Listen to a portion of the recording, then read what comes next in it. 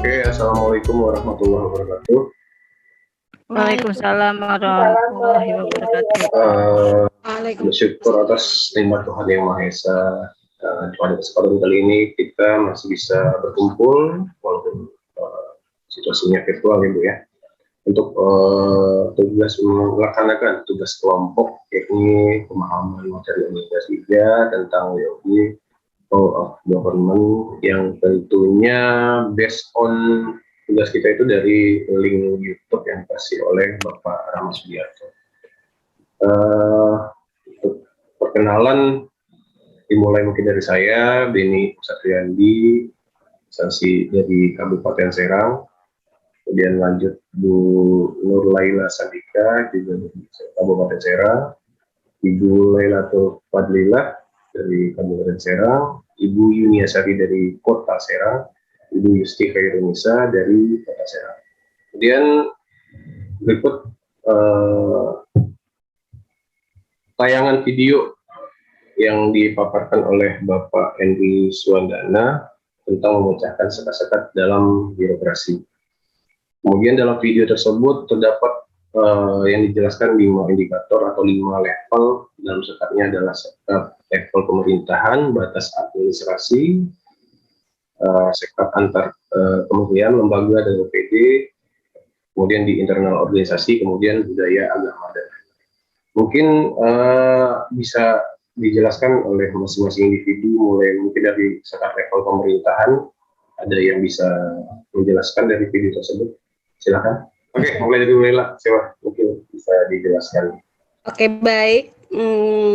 Langsung aja. Boleh. Dari video yang sudah kita amati bersama, yang bisa saya pahami ternyata di dalam kepemerintahan itu terdapat banyak sekat-sekat birokrasi ya. Sebenarnya mungkin pada kehidupan biasa kita sering menemukan, kita masih belum bisa mengidentifikasi masuknya kemana. Nah, di sini ada contoh-contoh yang diberikan kayak pembangunan-pembangunan yang memang ada terjadi kerusakan, tapi kita tahunya memang itu urusan pemerintah. Kita tidak tahu pemerintah mana yang memang berhak mengurus kerusakan tersebut. Contohnya saja mungkin di daerah saya ada terjadi pengecoran jalan. Tetapi pengecoran jalan itu tidak full sampai satu penuh. Ternyata dari ada perbedaan wilayah, udah beda desa. Akhirnya memang tidak diteruskan sampai desa sebelah gitu kan.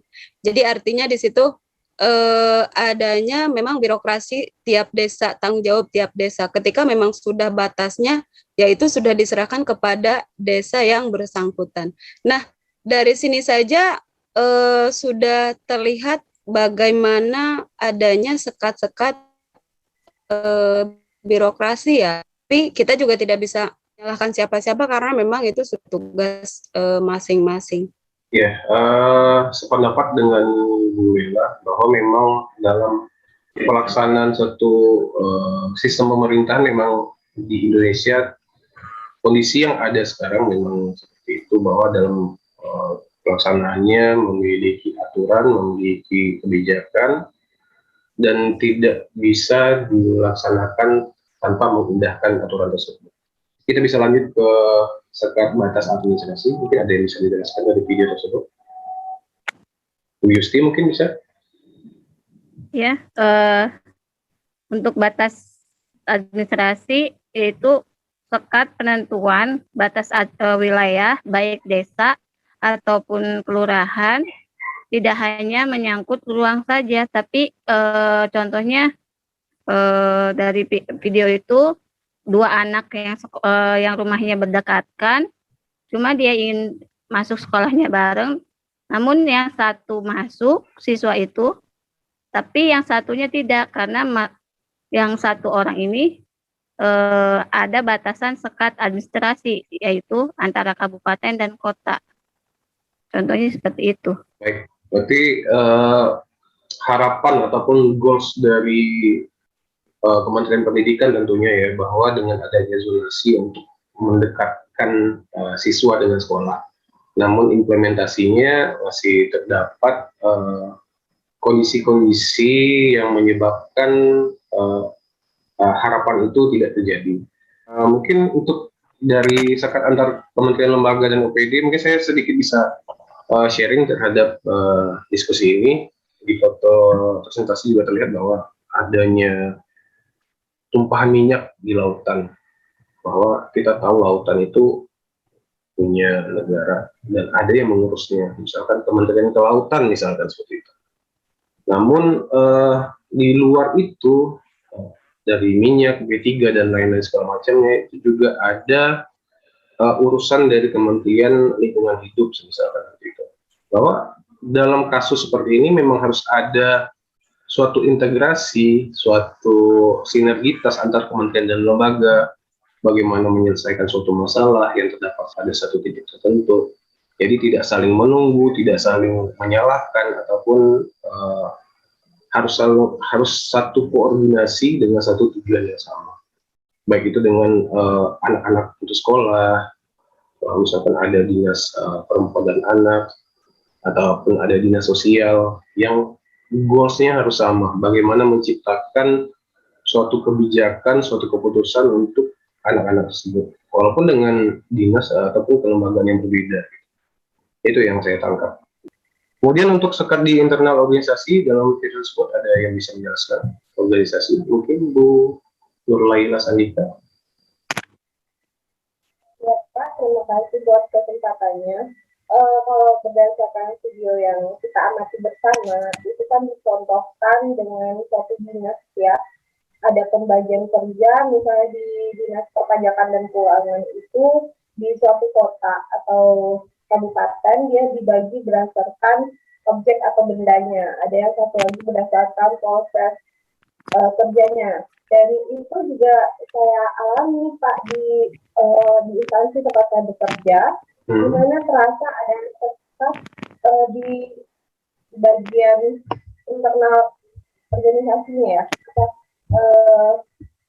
Misalnya seperti ini, ada pasien, obat pulang pasien, nah itu bingung pasiennya harus meminta ke perawatkah atau ke petugas farmasi.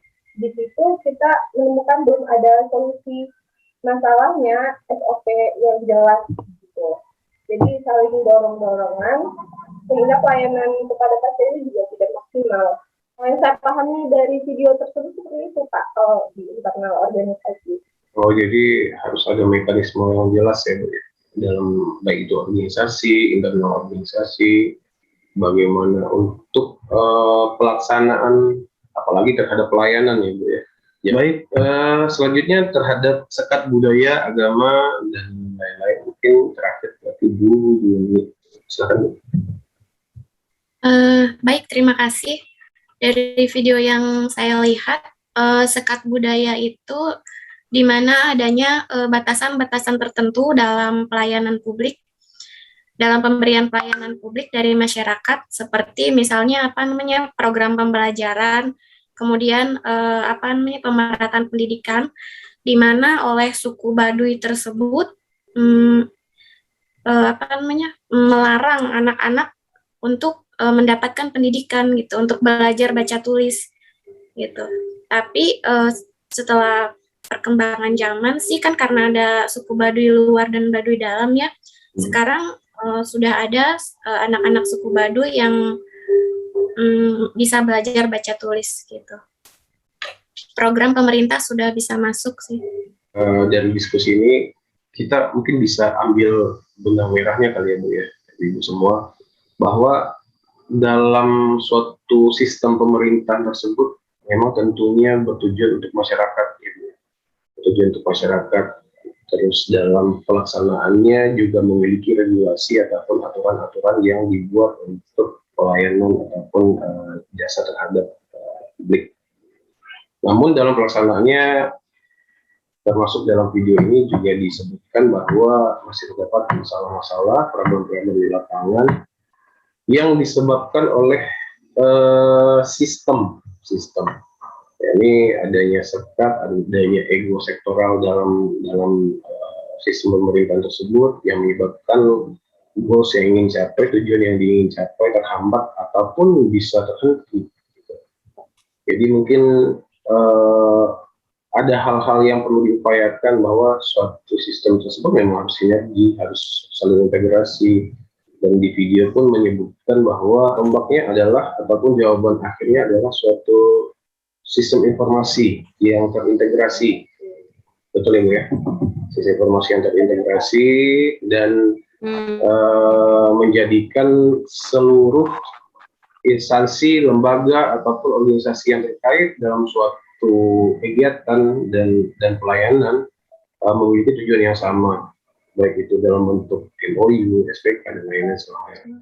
Baik, kita sudah mengambil kesimpulan dan untuk diskusi kali ini kita akhiri.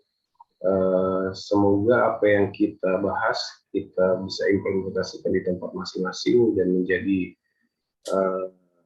menginfluence lingkungan kerja kita agar lebih baik ke depannya, dan WOG tentunya whole of government ini dengan sistem yang akan kita bangun, kita bina nantinya bisa dikembangkan dengan baik.